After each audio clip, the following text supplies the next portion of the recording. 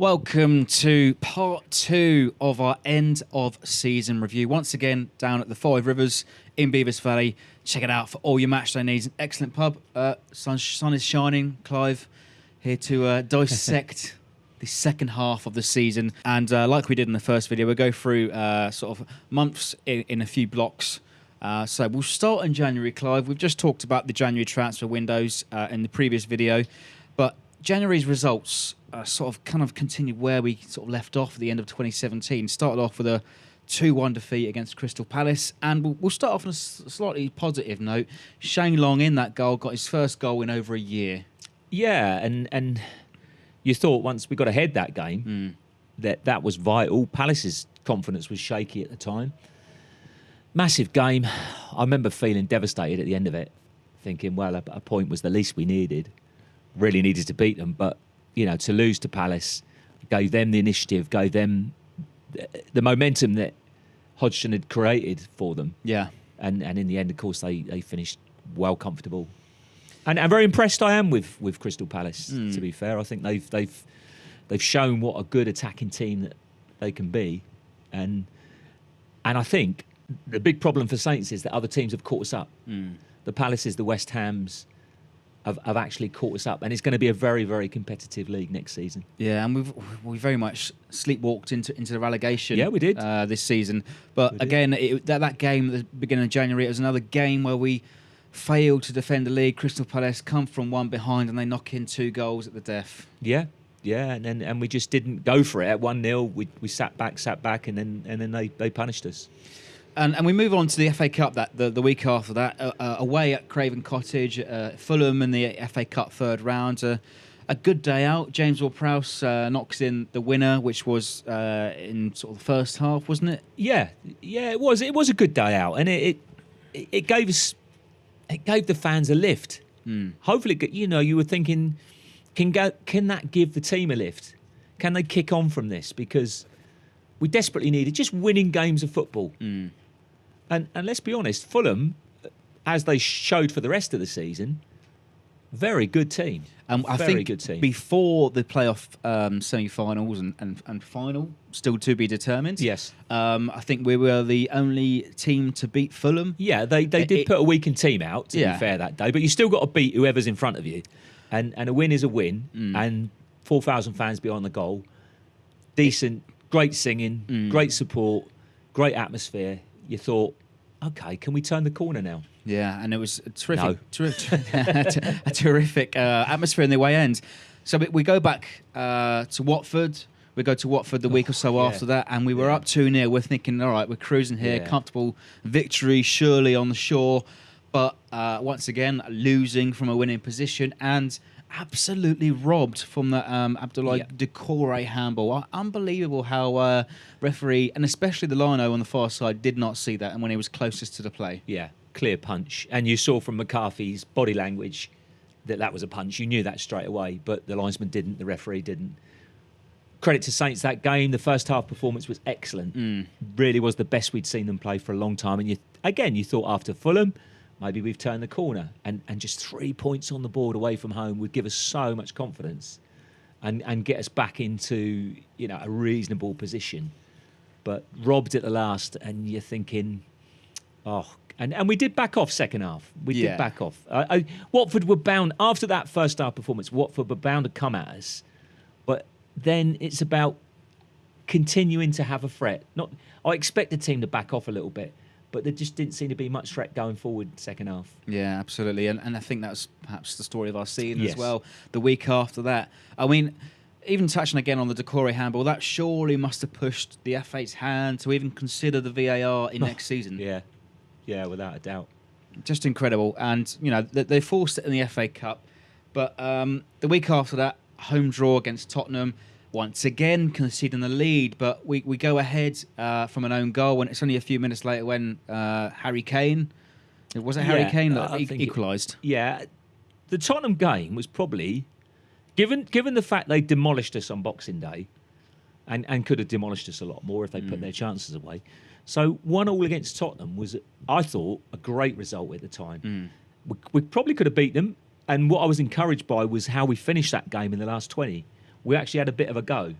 and that said to me that perhaps we had turned the corner. So round about this time, you're thinking we've had a terrible season, but we did. There are positive signs there. Yeah, and Kruger has obviously been in the press months after that he admitted that we could have sacked him far earlier, but January we went on a bit of a run, an unbeaten run for about 4 weeks. That result was followed up by a 1-0 win against Watford in the FA Cup, followed by a 1-1 draw against Brighton at the end of January. Yeah, again, the Watford game was a terrible game, but we won it. We scraped it. They could have scored right at the death. That was the last things both teams wanted, was a replay. But again, another victory, another building of confidence. But the Brighton game, okay, Brighton have got ahead and we've pulled it back. But that's a game we had to win, given the situation. At the end of January, 23 points from 25 games, we find ourselves in the bottom three. Surely the warning signs were ringing, surely, for the board to consider Pellegrino's future. Without a doubt. I said many times that I thought the Tottenham game should have been his last. Tottenham away should have been his last game. But actually, January, they showed a bit of fight, had some bad luck, could have beaten Tottenham, should certainly have beaten Watford, and given 4 more points on the board, that it wouldn't have looked so bad. Yeah, and we would have been, relatively safe and away from the abyss from the bottom three. And in amongst that, of course, the January window, Guido Carrillo arrives on £19 million, a transfer record. He was thrown in actually in February. I think Pellegrino kind of put it off for a week or so for him to bed into the side. Yeah, to get used to his teammates, training and everything. That's understandable. But you do think that when a club like Southampton spends the best part of 20 million, that a guy should be straight in the team and knocking down doors, really, instead of getting splinters sat on the bench. So strange one. I found the whole saga of how we left it so late in the transfer window. I know these things are difficult. I know things take time, but I personally would have wanted Saints to go for an established striker that's done it before at the Premier League level. It wasn't an inspired transfer, though, was it? No. Again, another obscure player. We're thinking, all right, we might have hit a gem again, once again, but very much death by association for Guido Carrillo. We're screaming, we're calling for a defender, a centre forward that can score goals. Guaranteed goal scorer in the Premier League, but again, we gamble from a player from Europe. Yeah, incredible lack of planning. I hear the excuses from Ralph at the end of the season.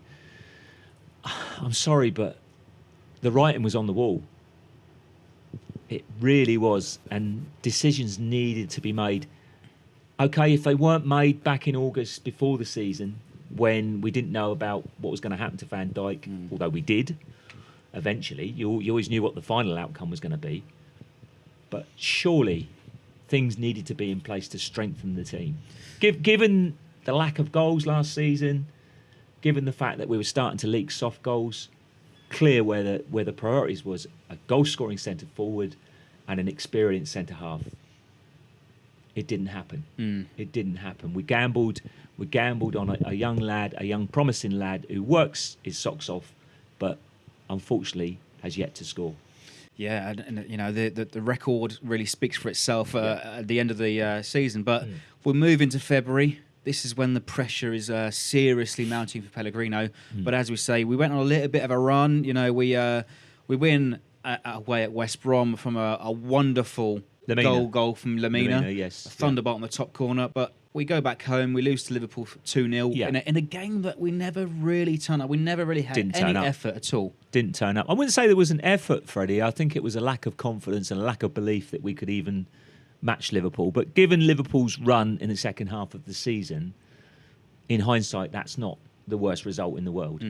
They have been pretty dynamic, especially like away from home, I think. But obviously we're gutted because it's Liverpool and the players that they've stolen off us over the last few seasons. Yeah, of course. Liverpool got tremendous talent in their squad as well. Salah, Firmino scored on that day, but I don't think we even registered a shot on target. There was probably one of the lowest points at that point in the season. It felt really low. That day felt really low, and expecting probably not to get much out of that game at the start of it, but the lack of fight, I think that's what really gets under supporters' skins. That you don't expect to go and beat Liverpool in the fine form that they were in, but at least give them a game. And that's what was so frustrated about this season, that we didn't give them the game. So no. After that week, let's say we bounced back ever so slightly. We won 2-1 in the FA Cup 5th round at West Brom, and it was a good day out actually. For both games. God, we've beaten them 3 times in a year, so it's fantastic from our point, because we haven't got the greatest record there over the years. Yeah. But that was good, and some great goals by Jordi Clasie last season and Lamina this season. So memorable, and you think. Again, when you came away from the Hawthorns in the league game, you thought, again, a corner had been turned. Yeah.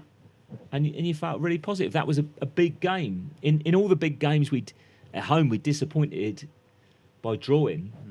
But this was because you knew that if you looked at West Brom's run of fixtures, they had a favourable run of fixtures to get out of trouble. But they just didn't kick on in those matches. Yeah, and they've obviously got a bit of talent in their side. Joe Rodriguez, of course, playing for West Brom. But, another goal that sticks out for the West Brom game in the FA Cup. A wonderful little dink from Dusan Tadic. And actually, laid on by Carrillo. By Carrillo, yeah. Yeah. And then you're thinking, well, maybe he's settling in. He's a good assist. He'd worked his socks off, and he did. I don't think it's lack of effort with Carrillo. I think it's just confidence. Well, it just never happened for him, did it? Yeah, and I'm sure we'll speak about it a bit more as well in future videos and past videos, of course, as well. But I mean, after that week, it's a 1-1 draw at Burnley. A long, cold trip to Turf Moor. Yeah, rescued by Gabbiadini, and as Nick mentioned in the previous video, that it was also sort of pushed on from Carrillo as well at that time of the game. It was that they headed back across, I think, wasn't it? It was a horrible game. It was a horrible day. It was absolutely bloody freezing. But you're gutted to be 1-0 down, and you're thinking, Saints have been in the game, but they've not really seriously threatened until he's made the substitutions. Josh Sims made a big difference that day. He lit up the game for Saints. We'd been huffing and puffing and getting nowhere, and he came on and added a bit of class. His first touch was excellent. And the goal, when you think about it, and it's that point, it's only a point. Yeah. But it's a little step in the right direction. It turned out to be vital at the end of the day. Yeah, and so many times this season, drawing games, trying not to lose games, and again, sort of the same thing repeated the next week at home to Stoke. Yeah. Again, on paper, we're looking at this should be a game that we should win, give us a chance of actually kind of pulling away from that drop zone. Yeah, well, Stoke, despite the terrible season they had, sometimes defensively they're a hard nut to crack when they set out their stall just to defend.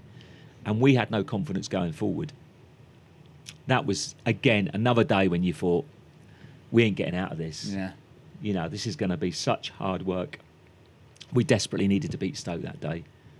And as much as there was positives from beating West Brom, Stoke was a massive negative that we couldn't beat them. Yeah. Because it kept them on par with us. And going into that final bit of the season and looking at our fixtures, looking how hard our final fixtures were, that sent alarm bells.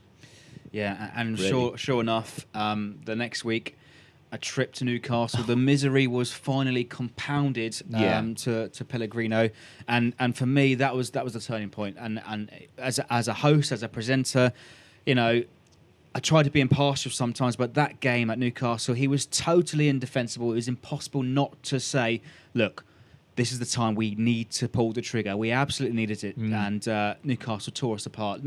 We made them look like Barcelona at St James's. Yeah, well, Rafa's no mug, is he? And what he's done is he's got the very, very best out of not the greatest set of players in the world. Certainly not the best defence, but we never actually got at them. Yeah. We never got at them, and they 3-0 was probably kind to us. Yeah. It really was. That was a dreadful day. Catalogue of errors that day. Yeah, You know, Lamina really falling was. on his bum. Yeah. They run away from a counter attack, and so many times that afternoon where you're thinking, oh, how can this get any worse? Yeah, and it did. Yeah. It did. And 3-0 was, again, one thing in our favour had been the goal difference. And you're thinking, well, if it comes down to it, at the end of the day, goal difference could be important. And that was a dent, -3. And one of our major opponents, who were at the time down the bottom, getting 3 goals. It's a big swing. And it was such a bad day for the fans as well, you know, travelling up to Newcastle, the longest away trip of the season, people getting up at, 4 or 5 o'clock in the morning to get the coach of buses up. Yeah. And even, I think most people that I speak to have heard from this game that they didn't come out from half-time. They just stayed in the bar and watched it on the monitors. And, I don't blame them. You can understand it a bit. It's such a long way to go, and... Yeah, and then we've had a good record there over the years. We've always made a match of it, but we didn't make a match of that at all. And of course, the writing on the wall when it was finally confirmed after that game, or a day or so, even that later that evening, Pellegrino was finally sacked, leaving us 17th in the table, precariously above the drop zone. 30 games played with 28 points. Yeah, a big decision, a long time in the coming. Probably 2.5 months overdue, sadly. How would you summarise Pellegrino's time at Saints? You know what, I think actually the guys from the Saints FC podcast, we got a clip from them, which is a very good point actually. Mm-hmm. Yeah, I think maybe we underestimate how difficult the job is, and how paralysed by fear he was. And I think paralysed is the right word. I remember the first game I went to this season was the Burnley game at home, that James was just referencing, and you could see up against sort of a very wily Premier League manager in Sean Dyche, he just was paralysed. And paralysed is a strong word to use, but if at the end of the day, if you see a situation unfolding in front of you and you do nothing to prevent it, then there's no other word for it. And I think we saw it so many times this season. Crystal Palace at home, 1-0 up, they start to win the ball more in midfield. He just didn't change things. No. We saw it with players. He was paralysed. Fraser Forster was clearly not right. Kept playing. Gabbiadini wasn't working that system. Charlie Austin's proven goal scorer. Couldn't get a sniff. Højbjerg, Danish international, ex-Bayern Munich, can't get a sniff. You do wonder. I think he was just... I just think he's like... There's no other nice way to put it. He's just massively out of his depth. You can also check out that podcast in full in the link above my head, or in below, or on our playlist. But they say Pellegrino paralysed by fear, and I think that absolutely summarises his reign at Saints this season. Yeah, I think with Pellegrino, he didn't have any aura about him. When a foreign... I'm sure people might laugh at this, but I'm sure he's a good coach deep down, as a coach. Yeah. But to be a manager, going into a dressing room full of egos... They've had Puel there, who's bored the pants off everyone. Whatever you say, don't what you wish for, but he's bored the pants off everyone. The players are looking for somebody dynamic, somebody to come in and give them some belief, somebody to come in and give them some positivity. I don't think Manuel was at Mauricio, third time lucky, was that man. No hombre. See. Anyway, no, I don't think he was that man, and I just think it's as simple as that. I don't think he had an aura about him. I think it's hard to go into a changing room full of some experienced professionals, some youngsters, and gel them together and get them playing positively on the pitch. Our football was full of fear. I get what he's saying. Our football was full of fear. We got to a point, and we looked quite from back to the penalty area. We looked really decent. Nothing happened after that. You've got to be positive and take it to the opposition.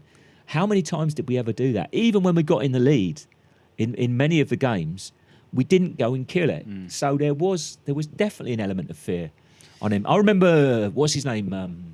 The Sky pundit for Spanish. Guillem Balaguer. Yeah. Gave him an amazing CV when he joined, and I was quite encouraged by that, because I think that Balaguer knows what he's talking about. He's always talked football sense as far as I'm concerned. But boy, it's harder when you get in there and you've got to go and do it. Yeah. It's very difficult. And they say, Pellegrino was very much a nice guy, but I just say Yeah. there was no aura, there was no personality, let's say, Yeah. and I think perhaps it was already onto a hard job because of the habits and the bad habits they were put into last season. I think again the boys on the podcast say that when they're going forward, they should always be thinking about defending. Yes. Yeah, well, this is the problem, isn't it? Going backwards, sideways, backwards. In the home games, it wasn't quite so bad away, but in the home games, the crowd actually got at them. I understand it. I understand the frustrations because they want to see their players at home going for the opposition. Simple as. But we just went square, backwards, and people were getting more and more frustrated, and individuals were getting targeted. Confidence was going down. Redmond got destroyed. Tadic was crucified.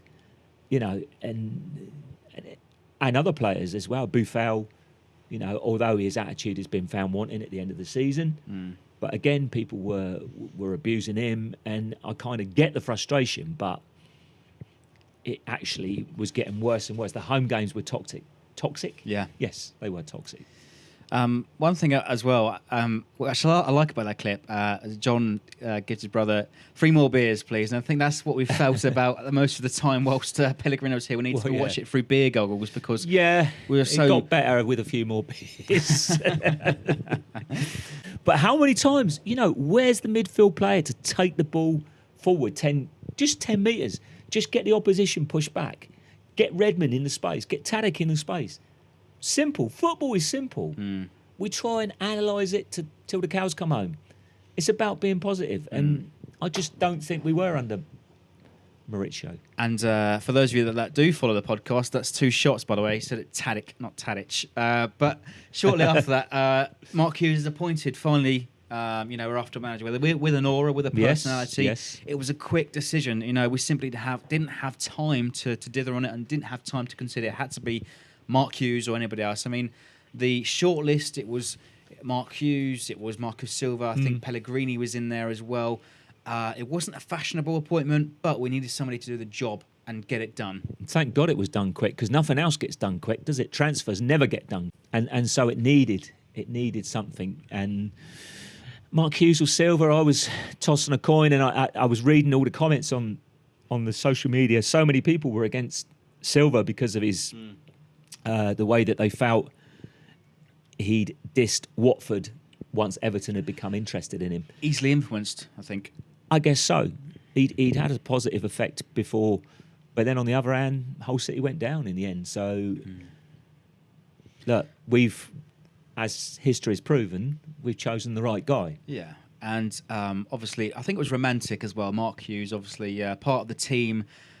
I don't find relegation fights romantic, Freddie. Well, the appointment was romantic, let's say. He was part of the Great Escape side. He was. Sparked the revival in '99, I used to get quite annoyed with him because he kept getting booked that season. I think that was a record for Premier League season. It was.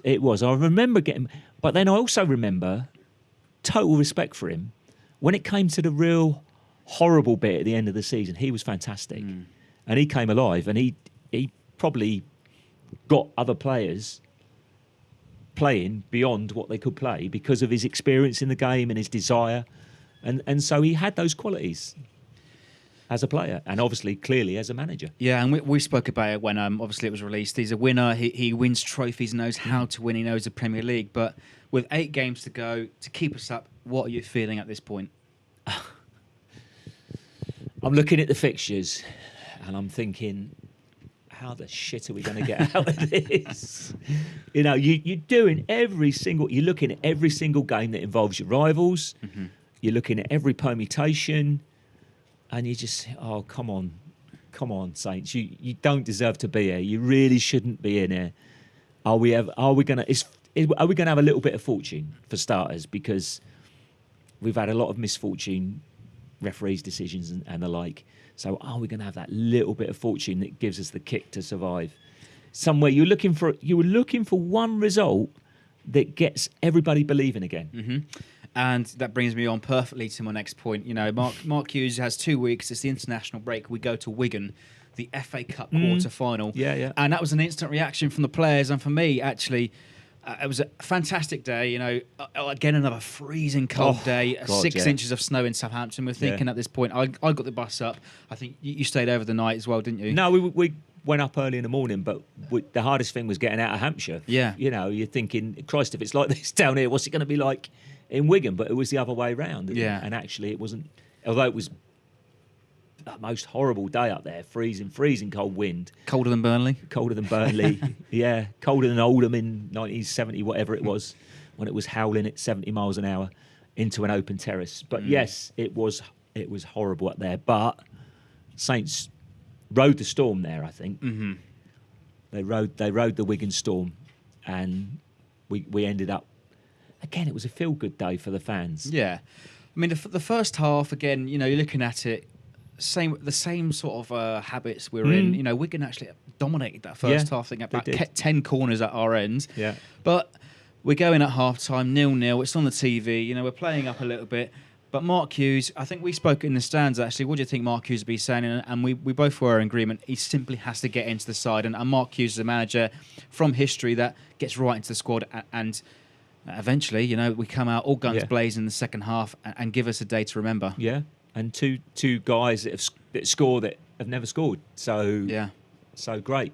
Good day for the supporters. We're going to Wembley. I don't agree with semi-finals at Wembley, but you know, it gives people a boost.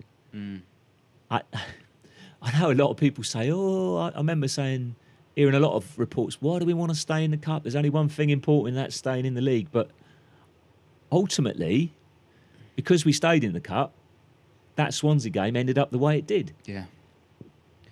And again, you know, you said a minute or so ago, I think that was the first game that finally gave fans a little bit of belief. Yeah. You know, people belittle Wigan because they're League One side. No, Wigan. But they beat Man City in the previous round. You know, Wigan, I don't know how they beat Man City, but they also beat Bournemouth on their way. Yeah. Is it West Ham? And West Ham as well. So you've got to give them credit. I was impressed with Wigan, and I think you never know what happens behind the scenes, but I think they'll do well in the Championship next season. Yeah, and they could well be challenging. Yeah.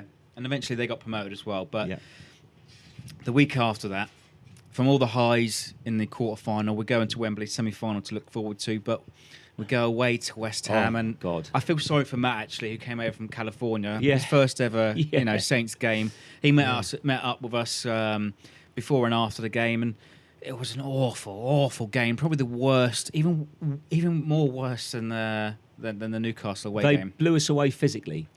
They absolutely blew us away physically. We weren't at the races first half, and that was it. I think sometimes Saints have that problem where they do try to play too much football, and a team like West Ham, you know, you big guys in a crunch game, they'd had a terrible time in the previous couple of weeks, and it was almost like an us or them game. Whoever wins this stays up. Whoever loses it has got everything to do, and exactly what we had at the end of the game. Everything to do. And we were in a precarious position once again. My goodness, looking over our shoulder. If not, we were again damaging the goal difference. Yeah, I think at that moment, I've got a feeling we were virtually on par with Swansea. Yeah, we were. The goal difference, the good positive side, had been wiped out almost by the 2-3-0 defeats. Mm-hmm. And the West Ham fan that I spoke to before and after the match just said, you know, whoever wins this game will stay up. Yeah. And that was perhaps the first playoff game, let's say. Yeah. But the week after that, we go to Arsenal. We are winning. We go 1-0 up after Shane Long nicks in for the first goal ahead of Mcafee. You know, a really good game for the neutral. Arsenal come back. Then we come back to equalise 2-2. And this, for me, that's when the real first sign of when the tide started to turn. This is when the players started fight in the team. When the players start to react and start playing for Mark Hughes. You know, we're playing Arsenal. We're thinking, you know, Arsenal obviously top 6 side.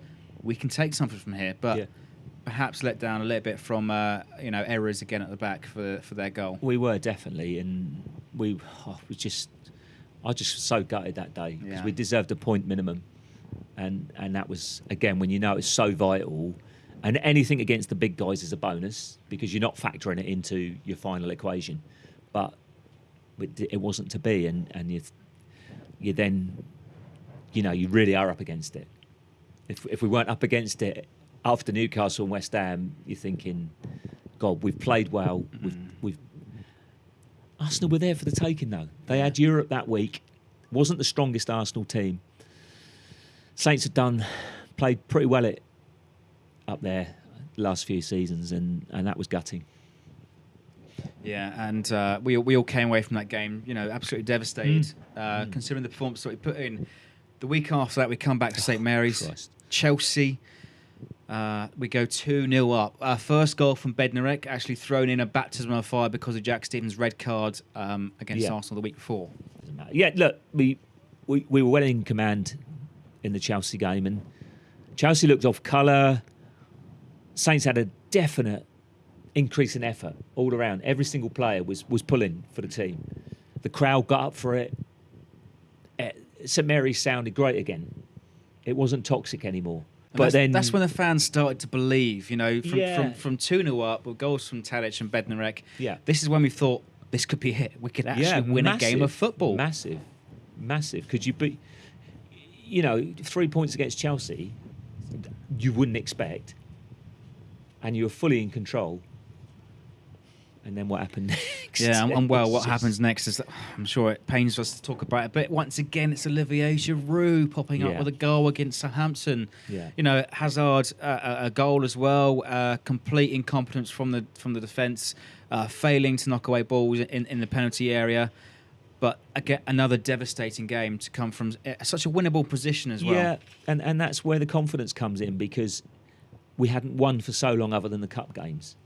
And it is completely about belief. You're there, you can see the finishing line, and it gets whipped away from you, and your legs go to jelly. I've experienced it as a player. All right, it's amateur level, but it's still the same thing. It doesn't matter. You just, it's like running in quicksand, and you know that you've done so much in a game, but you get it whipped away from you, and it's horrible. It's a horrible, horrible feeling, and I think the greatest thing from Mark Hughes' point of view is that we've come back from that moment there against Chelsea. You're thinking you've played so well, got so close to 3 points, and then and to come back from that is fantastic. Shows a bit of character. Yeah, and we absolutely showed character. That was when the players started to believe in themselves as well, to be in a comfortable position, but just whipped away from us. But the following week, or even the same week, because the Leicester game was pushed forward to the Thursday night, blazing hot. I mean, there's something weird about the weather this season. Yeah, it's one or the other, isn't it? But Leicester game was a bit. Again, we wanted those 3 points. You felt Leicester were there for the taking. Yeah, we just didn't quite go for it. Mark was going for experience. I understand that. These are horrible games in many ways. A bit like semi-finals, I think. But it's something. It's a game we couldn't lose, but we really needed to win that game. Yeah. But a point's a point, and a clean sheet is a clean sheet. It wasn't terminal though, was it? I mean, no, it wasn't. It wasn't terminal. Was just about enough to keep us in a bit of a hunt. Yeah. It was a ground out point. It wasn't. But they did put the pressure on the next game. Yeah, and it wasn't a classic. It's not going to be a game that'll ever live long in the memory at King Power. No, definitely not. And I don't think Puel will live very long in Leicester City's fans' memory the way it's going. Sunday, we moved to the FA Cup semi-final, Wembley. Good day out again, but I didn't even realise Charlie's goal. I didn't realise we got so stitched up. Yeah, with that, it was. We at least made a game of it second half. All right, terrible start to the second half. First half was very unforgettable from our point of view. Yeah, Chelsea pushing, and not really showing much. But second half, terrible start. But we did at least have a go back. But you would have gone in at half time thinking, 0-0's not bad. Yeah, at 0-0, considering the pressure that Chelsea were putting on. But as you say, a minute or two into the second half, same man again. Giroud dances around our defence and knocks it in for 1-0, and actually probably 2/3 or maybe in a third of the Saints support didn't see that goal because of the long queues in the bars. Yeah, I suppose they were still downstairs. Yeah, sadly I did. Wasn't a great feeling, obviously, but I thought Redmond came on and did okay Yeah. in that game. He had an excellent shot saved by Caballero. Yeah. Kind of squirmed under him and got away with it. And, Charlie Austin absolutely robbed from that goal. And, Yeah. and it's unbelievable how they can rule that out. It's barely a brush on a goalkeeper. Yeah. They had, Graham Poll in the BT van. Yeah. When they cut to him and they say, you can't put any pressure on a goalkeeper. You can't do this. You can't touch a goalkeeper at all. You can't challenge for a goalkeeper. But he's like a big club mascot, isn't he, really? I mean, he was Man United's mascot for many seasons. So he's going to side with those teams. I've got nothing against Chelsea. I think they were the better team on the day. But when you see a decision like that, it really irks you. It really does. And Morata pops up with a free header once again. Many times this season, the free header. And I think I remember Wesley Hoot ducking out of that. Maybe he got a tiny brush on the back, and he ducks out of it. And Morata, it's 2-0. That's it. It's game over at that point. Yeah. Unfortunately, the end of the cut run, the end of the dream. I fancied, had we got through, I really think we could have given United a very, very serious game. I think given United's stance and game at the moment, there's no reason why we couldn't have beaten them. And that says something for the progress that's been made since Mark Hughes has been here, I think. And the week following, we return to St Mary's, Bournemouth, a 2-1 victory. Wow. Finally, we win a game at home. Yeah. Had we lost this game, that would have been us gone. Yeah, because you've got the advantage and the stadium's up, roaring. And then, you have it whipped away from you and you're thinking, oh, come on, Saints, just win a game of football. And Bournemouth's Achilles heel is at the back. And just when you think they're getting on top in the game, Dusan pulls it out the bag, and that's what he's good at. He is one of our quality players, no matter how much. I've heard so many people say, I never want to see him playing for Southampton again. Well, when it came to the crunch, he was the man who had the ability to put the ball in the back of the net. And he's had so many critics this Yes, season. he has. And 2 excellent goals against Bournemouth. Obviously, one of them up for the goal of the season, which we'll discuss later on. But, that game, the belief is finally back. And the roar at the end, because the last 5 minutes, was it 5 minutes of injury time? I don't know, perhaps it was excruciating. Absolutely, because Saints had done enough to win the game, but obviously Bournemouth 2-1, they're going to have a go. And Alex Mccarthy's made some vital saves there right at the death. And you could hear the crowd. There was feeling in that crowd where there'd been nothing before. There'd been absolutely despair before. And so it's almost like we've got our team back. That roar at the end, I'd sort of gone down the bottom to get out quick. And the roar at the end was just, Probably for the first time this season where everybody was sitting in their seats at 90 minutes. Yeah, that's right. And it just made you... It was so important to give us a chance. That gave us a chance because of what was happening elsewhere. Well. The fans were absolutely incredible. They were. They roared them home. They were really fantastic that day. So we move on to Everton the following week, another bank holiday weekend. Oh, this was heartbreaking. A 97th minute equaliser from Tom Davis, deflected shot, and the way that it goes in as well. We've had 10 men in the box. It comes off the back of Wesley Hoot's leg. But John Moss, he literally plays on until Everton decide to stop attacking. Yeah, but it was our fault in many ways. But let's not maybe dwell on that. Let's think about the goal we scored, which was proper quality goal. Yeah. Real quality goal. Again, a great weight of a pass from Dusan to Cedric, who bombs on down the wing, and there's Redmond, the most unlikely person to score with a header, at the far post. Another player as well taking a lot of criticism this season. Massive criticism, yeah. Well, sometimes you think, rightly so, because he has been bloody awful on many occasions. But you know that he has got ability, but we just need to see it on a more consistent level. And him to believe in himself, I think, is the biggest thing. And it was his first goal of the season as well at that point. With 3 games to go. Yeah, excellent goal. Going into injury time, okay, whatever it was, you still think we're in control here. Everton have shown really nothing. So really limited. A couple of things in the stoppage time though. leading up to the goal. Yeah. I think it was Silly tackle. It was Redmond that was given against the foul. Yeah. In the Everton sort of defensive. Yeah. Third. They move it forward 10 yards. The linesman and the referee allow it to be played 10 yards on. They take it down the other end. Ryan Bertrand kind of hooks it upfield, inadvertently sends it to Idrissa Gueye on the edge of the box. And, we know what happens next. I don't know what Ryan's doing because he's made the effort to keep the ball, to stop the ball running out for a throw, because a long throw in from there is probably quite dangerous. But he's playing that blind. He doesn't know what's up the line. And so you go Rose Ed.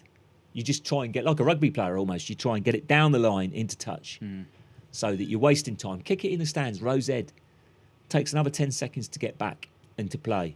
And then your team can shape up. We could talk all day, Freddie. As I said before many times this season, if I had a cat, it would have been on the moon right then.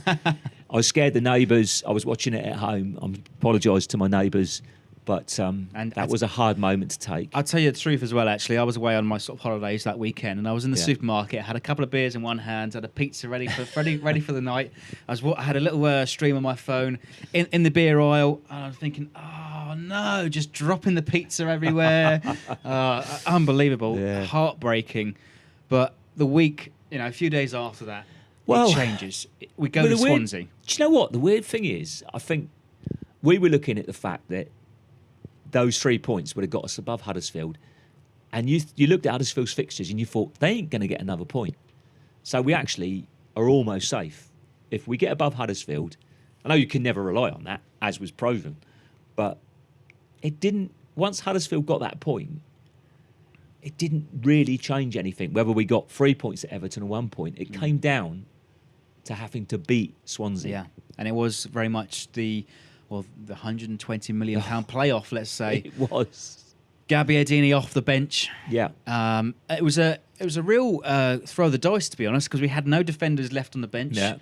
Bednarek comes off with he's been punched by Alex Mccarthy in our own box. Yeah. Gabbiadini comes off the bench 3 minutes later. It's a scramble around the box. Goal of the season. Goal of the season eventually. But we go mad in the pub. We go mad in the Liberty. Grounds. What a feeling. What an absolute amazing feeling. It's just one of those things in life, that vital goals. I can see Bobby Stokes' goal going over hitting the corner of the net. I can see Gabbiadini's goal almost not in the same corner, but the way it hit that corner of the net. It's just that moment, you encapsulate it in your mind, and amazing. Yeah, because once you're ahead, that game was so tight.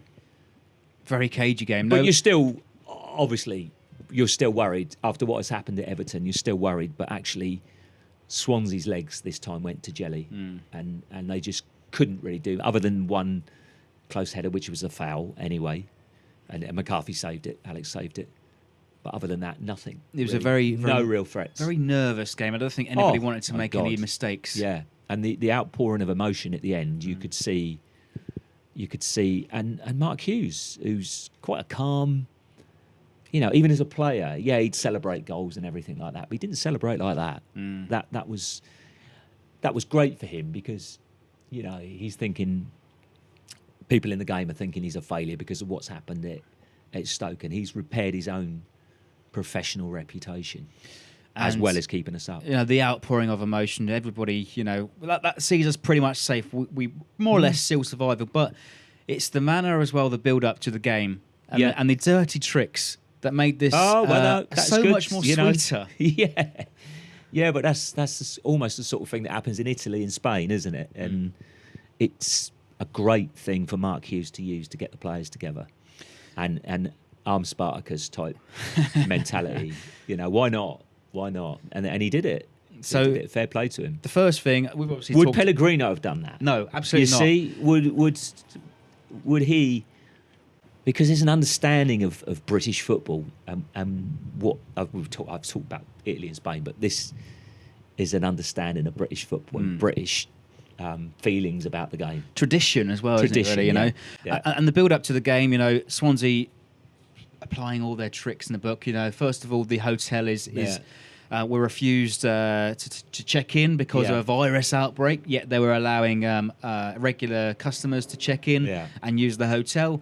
We then since moved down to Glamorgan, 20, 30 miles down the road. They eventually have a great night, which we'll probably revisit next season. Yeah, for Cardiff, for sure, and then obviously, as you say, the coach is blocked for checking into the stadium because they've missed their allocated, before their allocated time, they have to wait for Swansea to check in.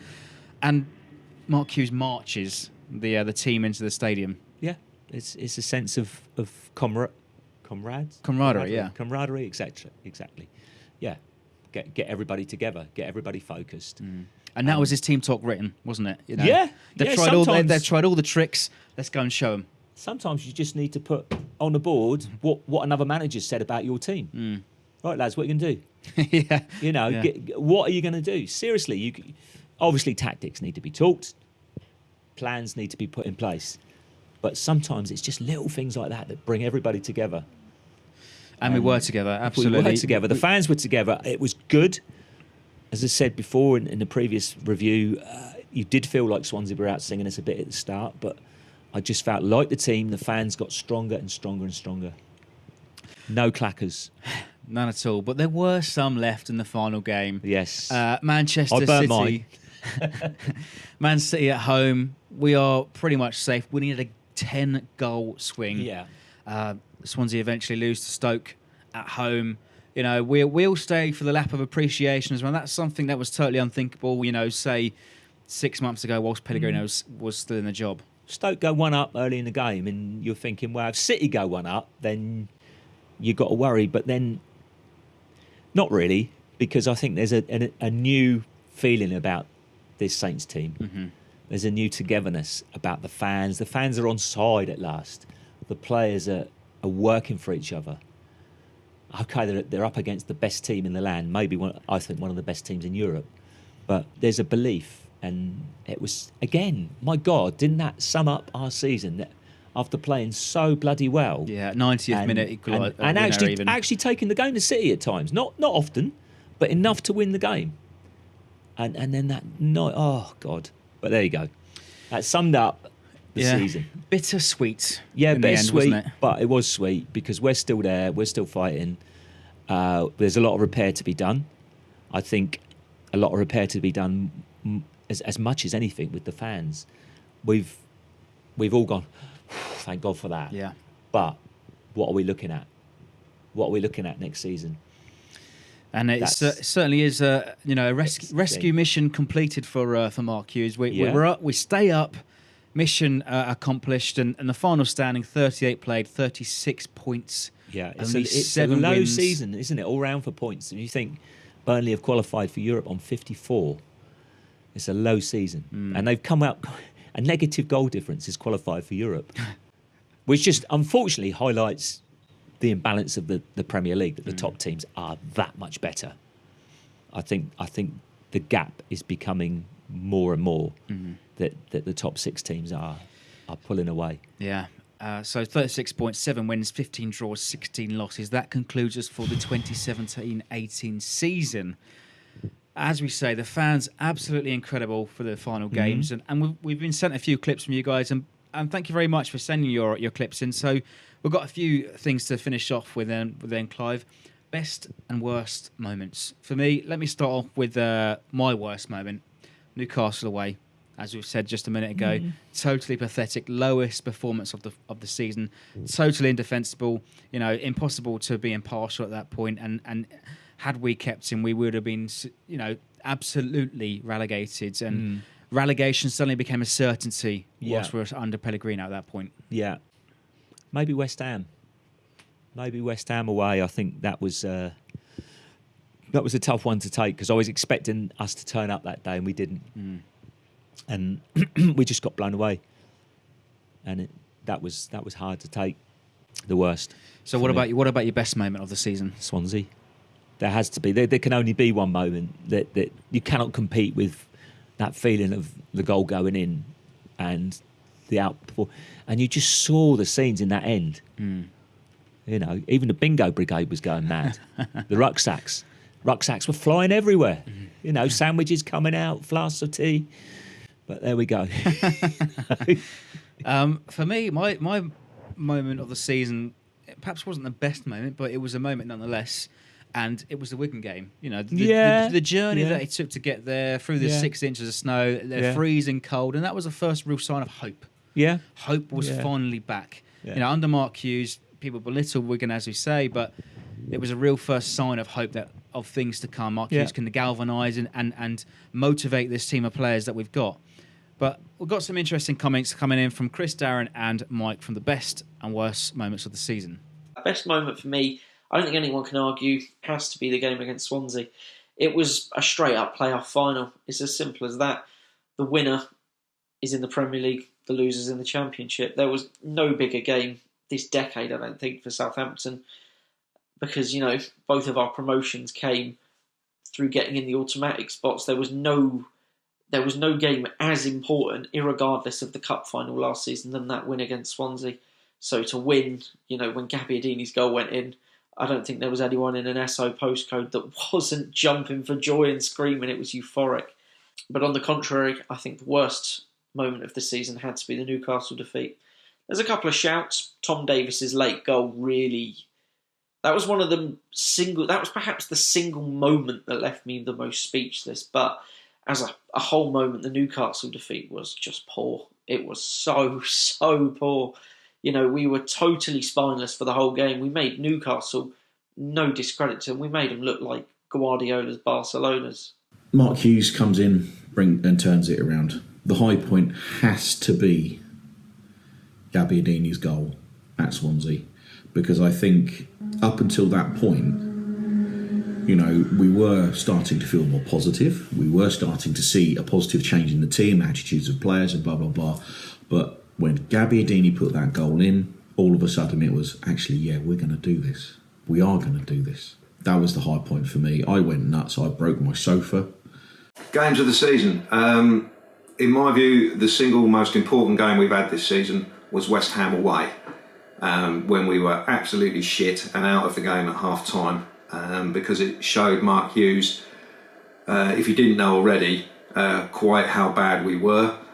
And from that point on, he changed the formation and we actually put together a little run of performances and ultimately enough results to keep us in the Premier League. So without that West Ham game, the Bournemouth game wouldn't have happened, the Swansea game wouldn't have happened, and we would have got relegated without question.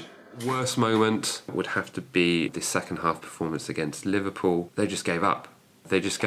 And had it not been for the fact I was taking a mate with me who was a Liverpool fan, I actually would have left. And I've never left before the final whistle, but it was just pretty soul-destroying to see your team just give up. Best moment, full time away at Swansea. That was just euphoric. I bought a ticket to the St Mary's Stadium to watch on the big screen with the curry. Average curry, great result.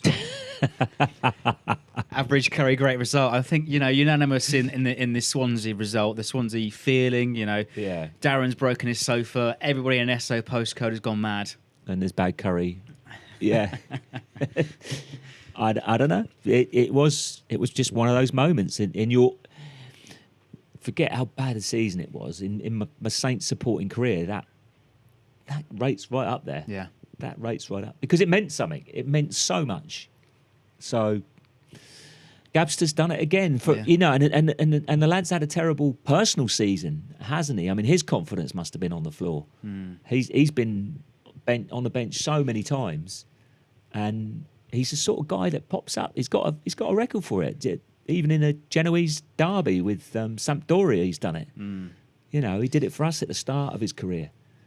And he's, you know, people say that Austin's our biggest threat in the box, but Gabbiadini, given an inch of space, he'll slot that in the back of the net. And for me, he's probably one of the biggest underachievers this season. He's not a hold-up player, is he? And I think that's where, when you play one up front, it's very hard for him.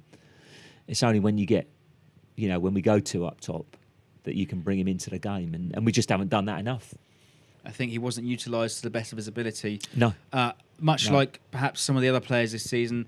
So under and over achievers, Clive. I've got a few nominations for underachiever. Fraser Forster, Cedric, Ryan Bertrand, Gabbiadini and Wesley Hoot. Fraser's had a really tough time. He got destroyed by the home crowd. I'm pretty annoyed about that, but I understand their frustrations.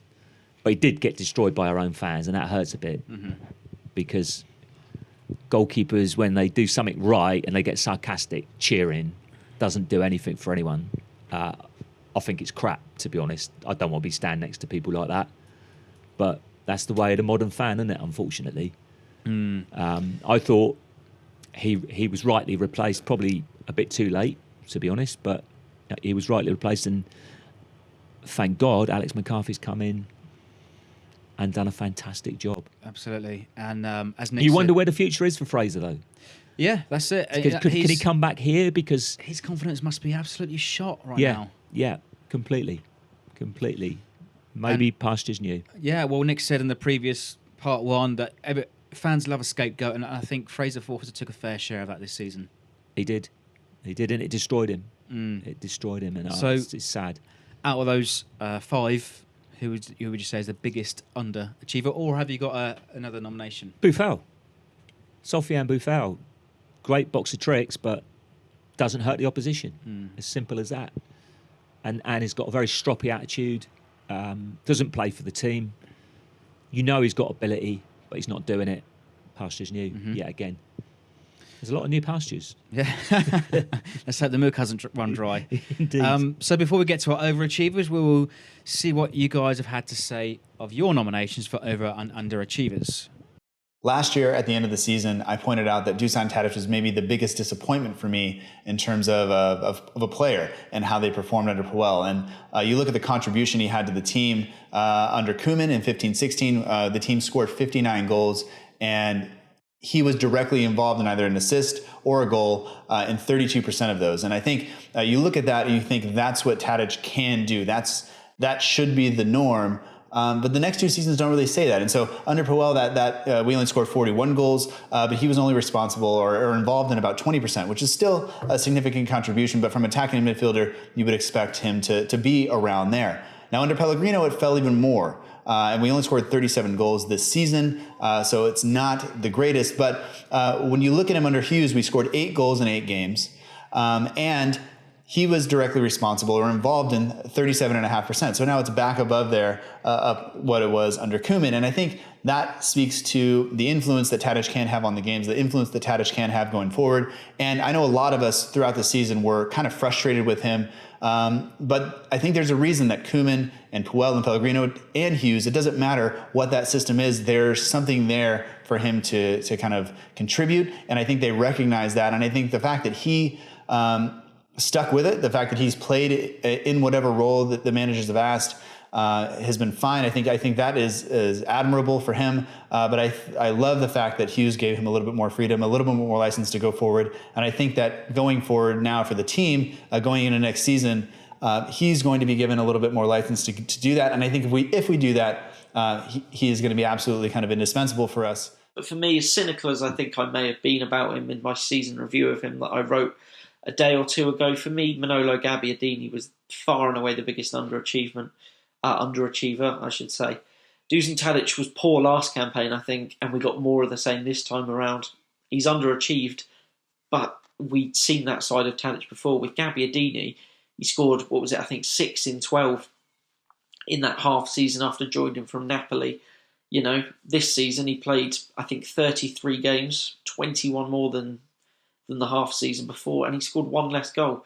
You know, he scored one of his kind of trademark finishes, if you would, against West Ham, and at that point we were like, yes, this is going to be kind of our first choice striker for this campaign when we start to kick on. And it just never happened, both for Southampton and for the Italian. I think I'd be surprised if he wasn't moved on this summer. I really would. And it's a shame. Jan Bednarek, he came in at the start of the season, young Polish lad. We thought, he's one for the future. He won't play much this season. And then he had a rough baptism of fire when we tried 3 at the back versus Wolves in the Cup. Didn't really work. It was all a bit of a disaster, that game. And then he disappeared. Back to the under-23s, what we expected. He did well when he came in against Fulham, and he was out of position. I think he was playing as a fullback, but he did well in that game. We kept a clean sheet. And then when Hughes came in and swapped to 3 at the back, he comes in versus Chelsea, and he's been brilliant since he's come in. He scored that goal against Chelsea, which was a well-taken goal. And he's shown real quality, real dominance, leadership, passion, desire. When he got knocked out and then wanted to stay on the pitch, those are qualities that you really need in the team that we've not had enough of, really, until Hughes came in. Bednarek's looked really, really good. He's put Hoot to shame, to be honest. Hoot, I put him as an underachiever, but Bednarek has been almost faultless, I'd say. Overachievers, Alex Mccarthy, unbelievable season. Arguably kept us in the Premier League. How he's not in the England squad, I do not know. Other overachiever, Pierre-Emile Højbjerg. Massive heart. Yeah, he's made some mistakes, but you can't really fault his contribution to the club over the last few weeks. It's just been outstanding. And in fact, all the players have stepped up over the last few games. It's been really great to see since Hughes has come in and transformed the squad. I always thought that there was definite talent in the team, which is what's been baffling for the whole of the season, to be honest with you, because on paper, you look at the squad that we have, and definitely we had the better quality players in our team, and it was just confusing as to why they weren't performing at the standard we know they could. So some good comments from the guys that sent in our messages. Some nominations for underachiever for Gabbiadini, and some overachievers, and probably the most obvious as well for Alex Mccarthy. Yeah, Alex has just come in and been really, really good and confident. And I think it's the fact that he comes out for crosses and he's very positive that's starting to build that confidence back in the defence, which was so shattered before. Yeah, Fraser had a policy of not coming out, so the guys knew what they were dealing with, but it wasn't working, was it? So who was your overachiever then? I would probably say, I'd probably agree with Jan Bednarek, totally overachieved this season, albeit on only sort of a few games. 7 or 8 games. Yeah. You know, total baptism of fire in the Chelsea game, but certainly gave us a great impression moving forward. Young lad, decent, with some guts. What more do you want as a centre-half? Bit of quality, obviously, but yeah, he ticks a few boxes. He's got guts. And he's not scared of approaching the situation. So hopefully we found a good centre-half in an area that really does need strengthening through the summer. Mm-hmm. Absolutely. I think as well, a mention for Pierre Højbjerg, that you always look, when a team's struggling, you look at a player that still gives it everything, that still, really cares. I thought Willian was like that for Chelsea the other year. When Chelsea were awful, Willian shone for me, and I think Pierre's done that for Saints. When we've been really down in the dumps, he's still tried his heart out, and he gives the fans a belief, I think, of someone who's really putting it in. Again, like the guy said there, I'm not sure which one of the guys it was that said, maybe technically not the greatest player in the world, but his effort makes up for it, and you can see a player developing. Yeah, and getting better. I would totally agree with that as well. He's very mature off the pitch. Yeah, nice guy. I've met him, and he's a genuinely nice guy, and he's got Saints at heart. He really has, and he does. Do you know what? He really reacts to the fans being positive to him. So that brings me on perfectly then to our Player of the Season nominations. Of course, we know now that Alex Mccarthy was the official winner. So he's obviously one of our nominations. Alex Mccarthy alongside Pierre-Emile Højbjerg and Dusan Tadic. Let's have a look at what some of you have to say. Who is your player of the season? Player of the season then, Alex Mccarthy. There was no one else in contention. It had to be him. We'd grown used to Fraser Forster making goalkeeping errors every game that cost us points. And finally we brought in Alex Mccarthy in the end of December. I didn't think against Man U at Old Trafford was the right place to bring him in, but he proved us wrong. We kept a clean sheet that game, one of our better performances under Pellegrino, and since then he's been faultless, honestly. And we've been deep in a relegation dogfight the last few weeks, and he made vital saves in game after game that basically kept us up. I'm thinking the deflected shot from Fraser against Bournemouth, the free kick from Baines against Everton, the long shot from Ayew against Swansea. Those all made us keep points that if we hadn't got those, we could very much be in the Championship right now. He basically kept us up in the end. I think if you look at one player that made difference. Like, I agree, like the team was fairly consistent, wasn't it, all year? There's no one really that came in and blew anyone away. You could argue Højbjerg did, but in terms of just making a difference, maybe this is the benefit of being a goalkeeper, it's Mccarthy, wasn't it? And also he was in such stark contrast to the man who went before him. James? I'd have Højbjerg as my player of the season. Just peeps of passion. I mean, he didn't really get picked that much towards the start of the season, and really once they put him in the team, once Pellegrino put him in the team, he showed so much that it was very hard to not put him in the team. I think he got something like 10 minutes, didn't he, under Pellegrino? So, like in the first 11 games of the season, it was something ridiculous. So, I mean, I've got a different player from both of you two, which is Dusan Tadic. And my argument for this is Saints haven't had a particularly good season, but in the games that we have won, and ultimately the games that have got us over the line, Dusan Tadic has been pretty influential. I mean, if you take the away game against West Brom, the home game against Everton, in the games that have kind of ultimately kept us up at the end of the season, Dusan Tadic has been a pretty key part of the games that have counted. So a couple of nominations for Alex Mccarthy. I can hear some certain people in Shirley screaming about Dusan Tadic. Bless him. I think the first guy, who was the first guy? Owen. Owen makes some great points about the saves that Alex made. I think it can only be Alex Mccarthy. Mm-hmm. Some of those saves were so important. At vital times of the games, when the pressure's on, and they were... I like the fact that he's highlighted individual things. They're crucial points in our season. Yeah. They've led us to safety. There were 3 games that stick out to me, and actually I had the advantage of watching a tweet that the Saints page put out today, and McCarthy's best saves of the season, and 3 of them came in 3 back-to-back games. So a save against Bournemouth, they're all incredible saves. So Bournemouth, a fantastic save, followed by a fantastic free kick save from Leighton Baines at Everton, and then the Jordan Ayew shot at Swansea. Yeah, I think the Ayew shot, for me, is the most impressive because that was fingernails. Wasn't it was fingernails because he's hit that with such pace, and a lot of goalies are going to get to that, but to actually get strong hands to it is the key, and that's what he did, and he moved his feet, something that unfortunately Fraser had clay feet, as we used to call it, on many occasions. Yeah. Unfortunately, one of his strong points, Fraser, was shot stopping, but that was a seriously top draw save, that Swansea game. And that's such a vital time in the game.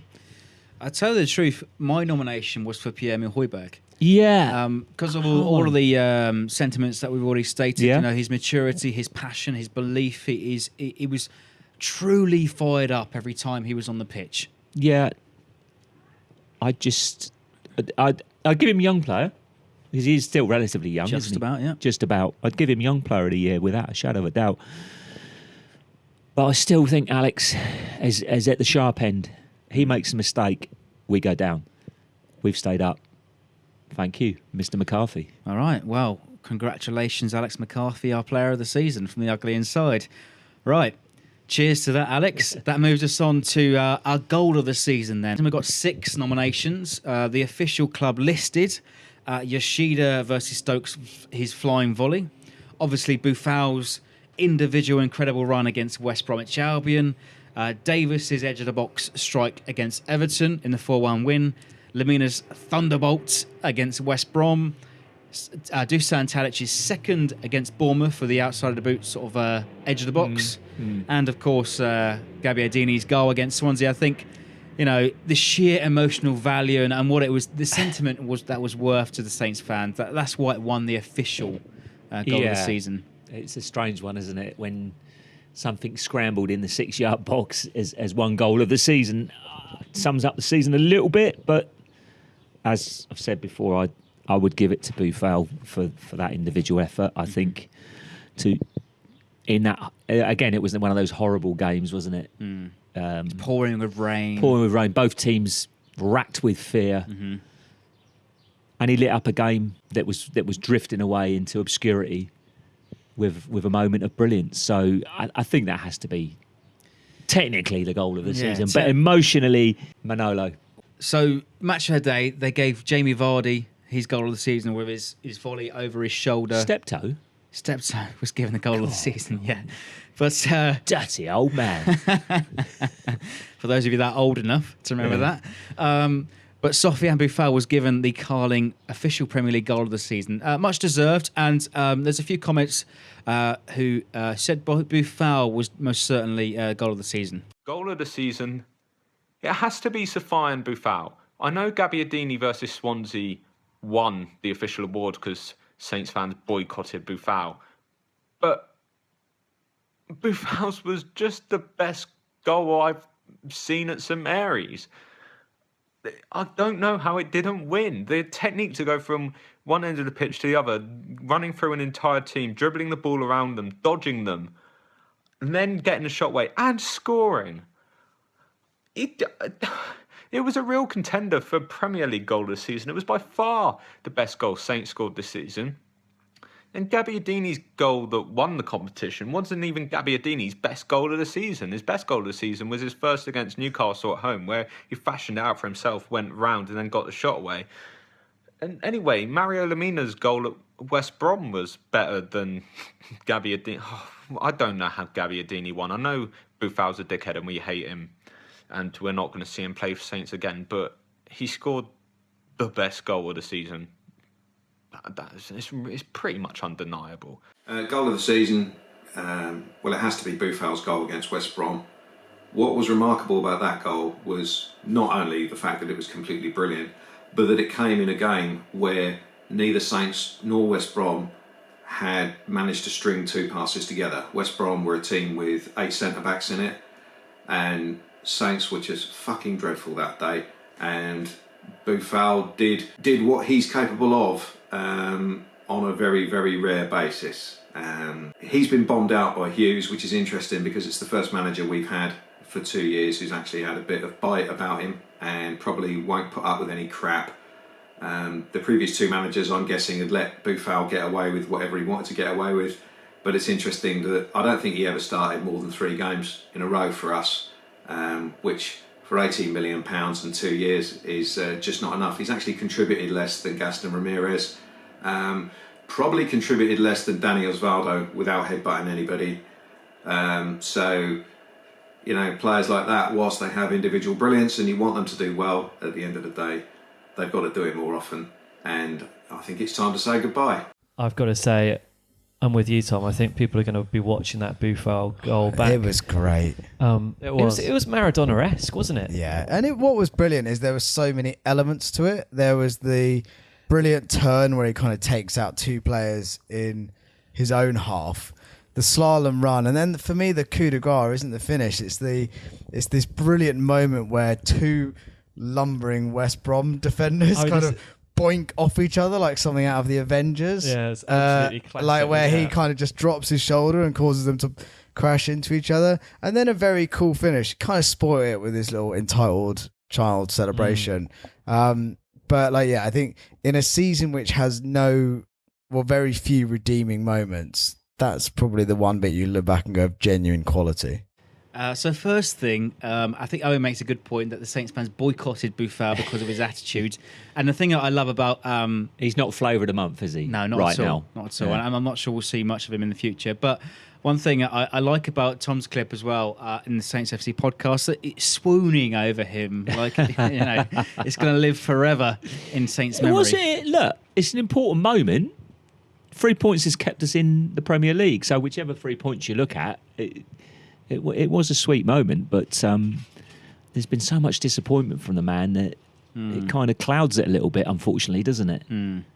But so are we unanimous in saying that Boufal has to be the player? I think so. The only thing you could say was that West Brom's defending was not clever. That's the only... If you looked at it from a purist point of view, but then he's still got to do it. He's had that... When he started the run, he's had that little bit of luck when he's gone forward, he could have lost the ball there and then, and that move wouldn't have happened. But he's had that little bit of luck at the start, which has opened the play up. But then you've got to go and do it. You've got to go and put the dagger through the heart, and he did it. Yeah, and it was like a comedy sketch show when they crash into each other. Yeah, West Brom defenders. I do like that comment. That's quality. So, well done to Sofiane Boufal, as Owen would say. But well done, Boufal. Let us know your thoughts of the goal of the season in below, or vote in the poll above our head. Who was your goal of the season? So, final thoughts then, Clive, for the season. We've got a lot of clips actually to get through. So let's have a look. Before we sign off, let's have a look at what a lot of you have had to say. And big thank you for everybody for sending in your messages. Hi guys, Ben Stanfield here, at Ben Stannis from Twitter, host of Total Saints podcast. Well, by the skin of our teeth, we lived to fight another year in the Premier League. It was a roller coaster of a season with a few ups, but predominantly downs. Alex Mccarthy got my vote for player of the season. I thought he was fantastic when he came in goal from Christmas onwards. Despite a few questionable attitude issues, Sofiane Boufal's goal at home to West Bromwich Albion was one of the best goals ever witnessed at St Mary's and got my vote for goal of the season. I should also give a shout out as well to Pierre-Emile Højbjerg. For me, the most improved player, always given 100% when he stepped on the pitch. Mark Hughes wasn't the most inspirational choice to take over from Mauricio Pellegrino, but in the end he won me over, uniting the club, players and fans to help us get across the line. I hope he gets the job long term. I think he deserves it. It's a big summer ahead now for Les Reed, Ralph Kruger and the board at Saints. They need to show fans once more that they are ambitious to take the club forward.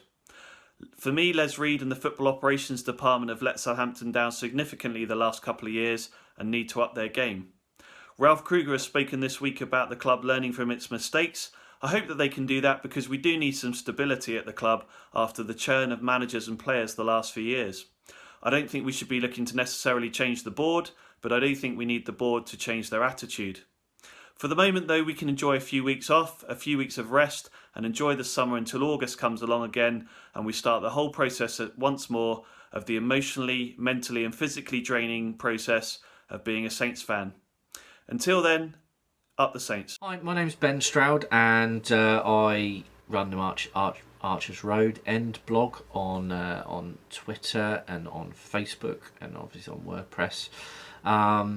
This season has been pretty poor, to be perfectly honest. I've seen some of the worst football that I think I've ever seen since our last relegation season.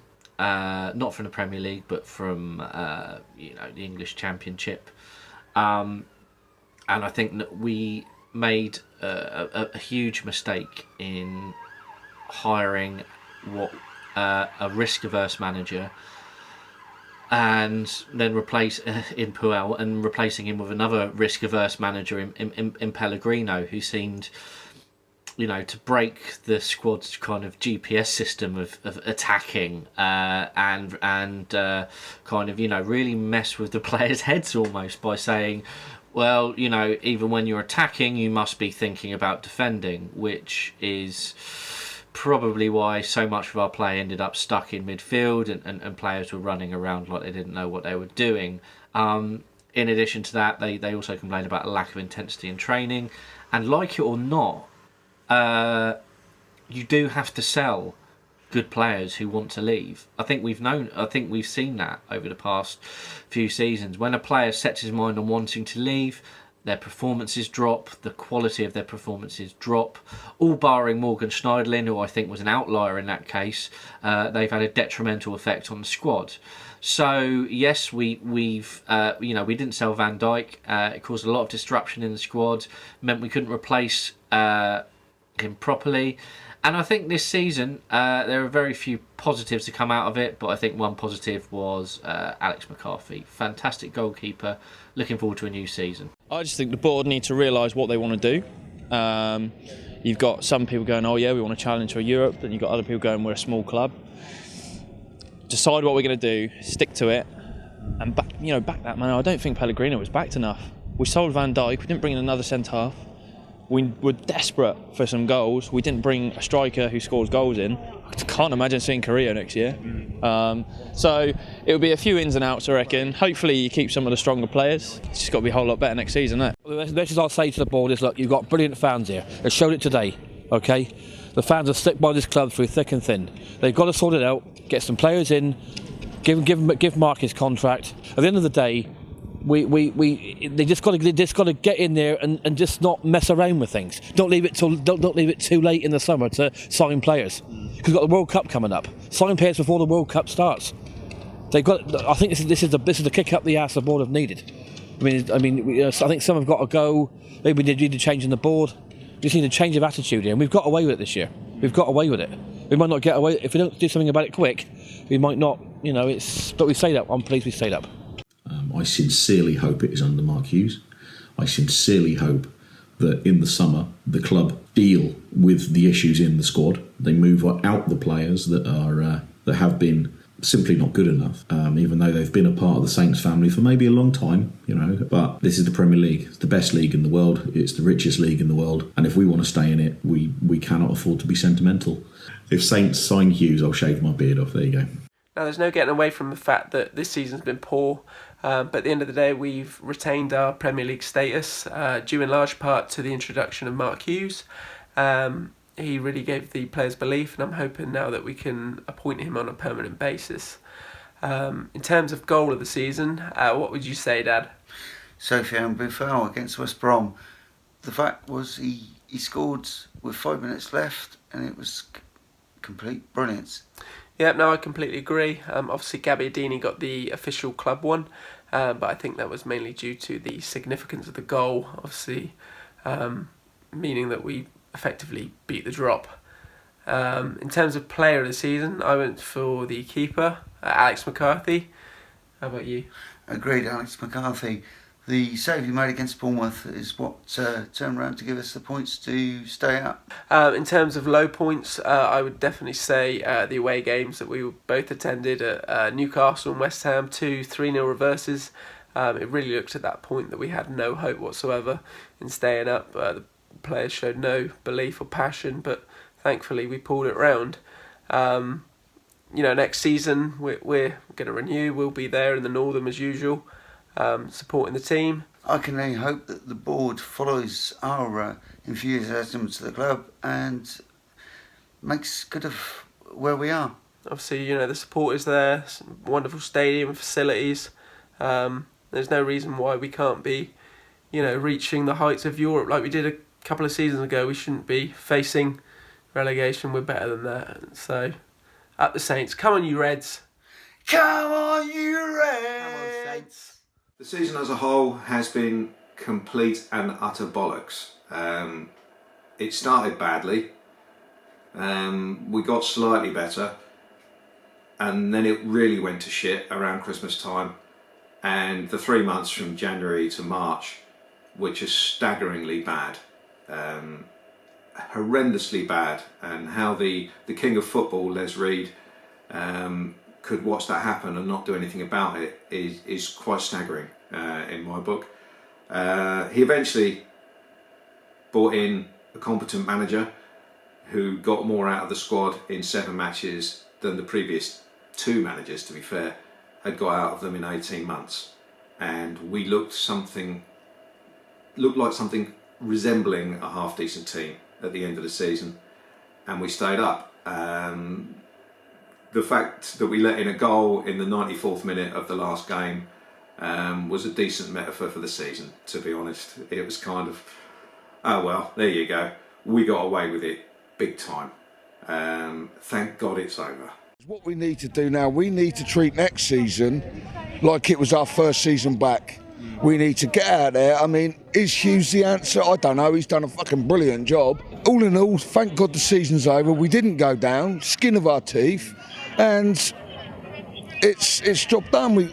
You got to sit back. Some of them will go. I mean, there's a couple there, at least 3 I think won't be here next season. I don't think Ryan will be here. I don't think Sedders will be here. And to be honest, I think Lamina might just do one. Players that stepped up in the last 7 or 8 games, Højbjerg absolutely stepped up. I mean, Mcafee, they're absolutely a boy. Tadic actually stepped up, and even Redmond, I ain't his greatest fan, but he stepped up. And it was lovely to see Gabby get one on Tuesday night, to be truthful, My talking points would be player investment. Yes, we need to invest, but let's not forget how much Everton spent last summer, and they ended up being saved and bored to death by the now dismissed Sam Allardyce. So let's be careful what we wish for. But definitely we need to invest in the right players. Obviously it wasn't the best season overall. Disappointing to see all those draws against clubs we really should have been beating, and we were very fortunate to stay up. But my biggest thought is Hughes that good, or was Pellegrino that bad? 100% Mark Hughes deserves a permanent contract. He galvanised the squad. He transformed the team into a squad that could actually believe in themselves, looked dangerous against Man City, pulled out a 1-0 win away at Swansea, which, although on paper doesn't sound that difficult, he did it. Did what we needed to do. So it's a good job. Alex Mccarthy punched Bednarek in the face so that Gabbiadini could come on 5 minutes earlier than planned and score the winning goal. Perhaps that's our turn of favour from the Decore handball. Who knows? Okay, Saints season this year. What do I think? Well, I'm telling you now, I thought it was quite a decent season. We played some shit football, I'll give you that. However, it was exciting. We got in a great big scrap at the bottom of the table. We went to Wembley. We've done all sorts this year. Stop moaning, get on with it. You do need to buy some players, though. That's what I'm saying. But until then, I think Hughes is all right, and I think next year we've got loads to look forward to. So I'll see you all down St Mary's next year. Right, you Saints. I decided not to write a full review of this season on my blog, Owen the Saints blog, because I don't want to relive this season. It's been horrible to experience, well, I don't want to go back and relive it. But the important thing is we take from it why it was bad and make sure that we don't repeat it next season, because I don't want to go through any of it again. We got off, and we need to now make sure that we make sure we're not in this position next year, because we might not be so lucky. We've got a real chance to push on. So really, I don't want to look back on last season much. I mean, there were some good memories. FA Cup semi-final, we played crap, but it was a great day out of Wembley. And, the feeling at the end of staying up, it was a great feeling, yes. But I'd rather be feeling that for slightly better reasons than, we've just avoided an avoidable relegation. So, 2017-18, that's done now. Now we need to look ahead to next season, make sure we improve, and let's just see some exciting football back at St Mary's. That's part of the problem. Results are one thing, but dull, no passion. I just want to see some fire, some commitment. And we've started to see that under Hughes, so come on, next season, let's just have an exciting season. I think we've earned it. 2017-18 season review. Disastrous. Best goal of the season, Gabbiadini's at Swansea. Best home game, Bournemouth. Best away game, Wigan. Worst home game, Leicester. Worst away game, West Ham. Enough said. Best player of the season, Alex Mccarthy. Worst player, chip on his shoulder, Boufal. He's paid obscene amounts of money and won't warm up. Bye bye. The disappointment of the season, getting to the semi-final FA Cup and the players just didn't turn up, didn't seem interested, didn't bother. Shame, really. Best moment of the season, it's got to be the final whistle at Swansea. Lovely scenes. There's lessons to be learnt at the club, I think, by the board, really. I don't know whether it's arrogance, complacency, laziness. What it is, I don't know, but hopefully going to the new season, better time next year. Thanks very much. See you in August. Bye-bye. All right, so some excellent points, and actually a big thank you again for sending in all of your comments. So a couple of points actually. Darren is going to pledge to shave his beard if Mark Hughes gets his job. Mike says, it's a good job. Mcafee punched Bednarek in the face so Gabbiadini could get that winning goal. That's where the fates lie, isn't it? Do you know what? Saints are it's a family club. We've always said that. And the family was torn apart this season. But boy, did Mark Hughes put it back together again. Mm. And it feels like we can go forward from this and go forward positively. But we all know there's a lot of hard work to be done. It's going to be tough. It's going to be tough. But Mark Hughes has given us belief. Mark Hughes has transformed things. I think I'm so glad the season's over. It's been an annus horribilis. Yeah. Of catastrophic proportions. To stick with the theme of the royal wedding weekend. Oh, sod the royal wedding. To be honest, sorry. Sorry, all you royalists out there. I love England, but that's no, another you're story. right. It has been an awful, embarrassing. As Ben said at the top of the Eclipse, emotionally, physically, mentally draining season. I'm glad it is over. Yeah, we want something to look forward to. So many Saints have made so many strides. I've said this many times.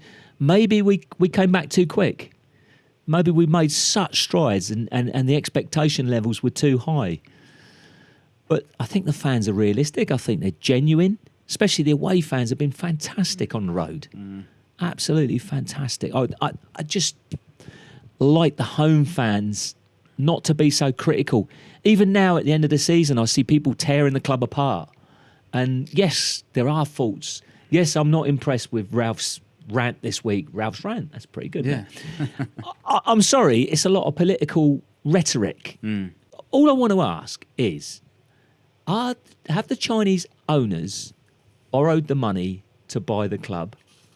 What is their thoughts on investing in the club? What are we going to see? What are we going to see in terms of... You don't want to know exact figures, but you want to know that there's a future. You want to know that things can be taken forward from this point, not survival.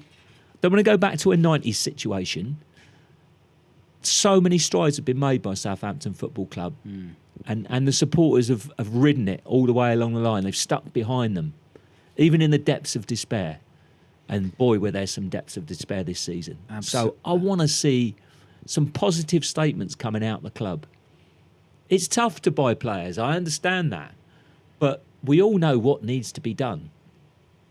And things need to be done to be honest, this week in terms of the manager, because the transfer window is open, or already open. The transfer window is open because they've changed the rules now. The window is now going to close on the first day of the season. Yeah. So I would hope Saints already have targets lined up if they're not already negotiating. Completely, because we clearly didn't in January. That was one of the worst aspects, or even last season, in the August/September one. Yeah. We just hope that we can look forward positively to next season, because after all that emotion at the Swansea game and all the celebration and it gives me so much heart to see the way the stadium responded, the St Mary's Stadium responded to the Man City performance. And why can't it be like that every game? Why can't people get off their asses and sing and give it that sort of support right through the season? Because we're going to have to fight, because I do believe that a lot of clubs have caught us up. I think we were ahead of the game a couple of years ago under Koeman and the squad that we had. I think we're going to have to do an enormous amount of hard work to get back to that, anywhere near back to that situation. Yeah, this season has been a massive wake-up call, as some of them have already said on the clips. So, final thoughts then for the season, Clive. Long season, as we say. And I just want to thank everybody for watching this season and supporting us. Yes. Sending your messages, joining us on camera, sending all your comments on social media. What have we got to do next season to make sure we are not in this situation again? I think you have to get an experienced striker in. You can be rest assured of getting maybe a minimum of 15 goals. I think that's the number one target. I think you have to strengthen the the centre-half position for sure. And obviously, depending on whether the fullbacks stay. The fullbacks that we've got are proper class fullbacks. Some of the best in the league. If we keep them, all well and good. If we don't, we have to replace. So we've all got opinions on the game, but that centre forward position and the centre half position, it's the spine of the team. Mm-hmm. It is so vital, and we make the right choice. Yep, and I think we'll conclude it for this season then, Clive. Yeah, and I'd just like to say thank you for all the contributors, and all the guys who go out there after the game. It would be good to see. I'd like to think that this channel can progress and that we can get some decent debate pre-game, after games, maybe in the pub, pub debates. I think that's the way forward for this channel for certain. So thank you guys for your views, and that's what the Ugly Inside's always been about. Saints fans' views, whether it's good or bad. Totally and boy, unfiltered. we've had some bad ones this season. and totally uncensored and unfiltered. Yeah, so especially, was it Mike? Ranty Mike. Ranty Mike. We love you. All right. Well, of course, leave us your comments in below. And actually, thank you again for sticking with us for this marathon of an end-of-season review. Make sure you leave us your comments below on anything at all this season or anything that we've talked about over the last hour and a half, I guess. But yeah, thanks for supporting us this season. Extra time coming up. Not. Maybe next week. Yeah. But no, Yeah. big thank you for everybody for watching this season. Big thanks for everybody subscribing, watching, getting involved with the comments. Well, that's it for us this season. That is completely And flushed out now. Good old mate. Nick, the most successful manager in Saints history. Mauricio, sorry, Pellegrino. I hope you're on a beach somewhere, mate, because at least your team stayed up, Well, we are off on our holidays, and we'll see you again soon. Isle of Wight.